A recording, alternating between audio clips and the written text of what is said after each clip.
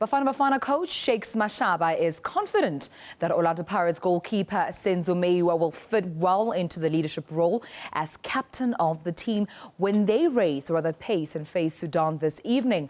After much speculation, Meyiwa was announced as captain last night.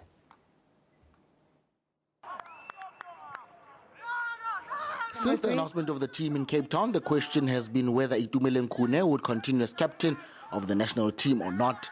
And the delay in announcing the captain fueled speculation that the armband would be taken away from Khune.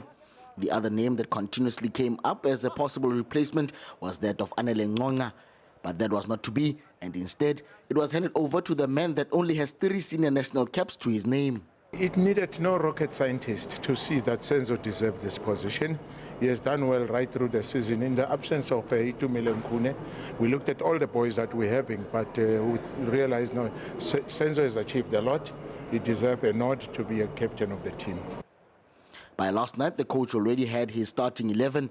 The back four is likely to see Tulani Hlwatshayo, Eric Matoho in central defense, with Thabo Matlaba and Anele as full-backs. Dean Furman and Lejali are likely to start in midfield, but at the team's final training session, it looked as though Mashaba would also risk playing youngsters Keegan Dolly and Mandla Masango. Tugelo Rantiye and Bongani Ndulula should start as the 2 strikers. I think it's a good mix of experienced players and youngsters. I don't think there's any point to prove for the youngsters. I think we're just here to learn from the experienced players and just hoping that we get the cap. Mashaba has continuously insisted that the team is in Sudan to win, but he is also aware that the hosts are no pushovers. Sudan lost to Zambia in a friendly building up for the qualifier, and that would have provided Mashaba and his technical team with some insight of what to expect. Lebohang Tube, SABC News, Umdurman, Sudan. Now to talk about the Bafana match and other qualifiers, we're now joined in studio by SABC Sports journalist Mzimasi Mgebisa. Mzimasi, welcome to P News. Thank you so much for joining us. Before we even get into the match between Bafana Bafana and Sudan, let's talk about the weather conditions right now in Sudan. I spoke very briefly with Lile Bumawan, and he said that it was very hot. Well, understandably, part of the East African side, I beg your pardon for that, at this time of the year would expect that to be like that, those kind of conditions. They're playing right in the middle of the country in Khartoum, which is not like in the coast where naturally those weather conditions would be able to benefit a team like South Africa.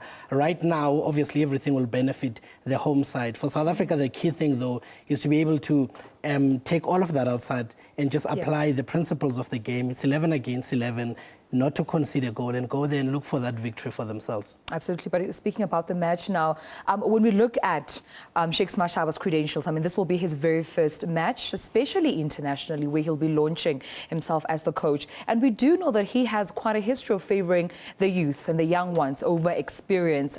Can we expect that? Well, we should expect that already. I mean, there are 2 players who are going to make their debuts this evening, Keegan Dolly as well as Bongani Ndulula of AmaZulu. Both these come from non-Chiefs and non-Pirates. Keegan Dolly coming from Ajax and Bongani Ndulula coming obviously from AmaZulu Football Club. I mean, Shakes previously, when he was coach of Bafana Bafana 10 years ago, he possessed the best winning rate of all Bafana Bafana coaches till date in terms of percentage-wise. Obviously, he'll be buoyed by the fact that South Africa, the under-20 national team, this past Sunday qualified for the youth championships in Senegal next year. So this one now is to aim to get to Morocco, obviously, in January. For Shakes, it's going to be very difficult. I still believe that if South Africa are able to get a draw in Khartoum, they will have done very well, considering. I know that we always look at the South African side. When you look at the South African team, our most experienced players are right back. Anele, who plays in Belgium for Genk. Anele's got 36 caps. On the other side, you've got their captain, Khatam Mustafa, who's got something like 106 caps.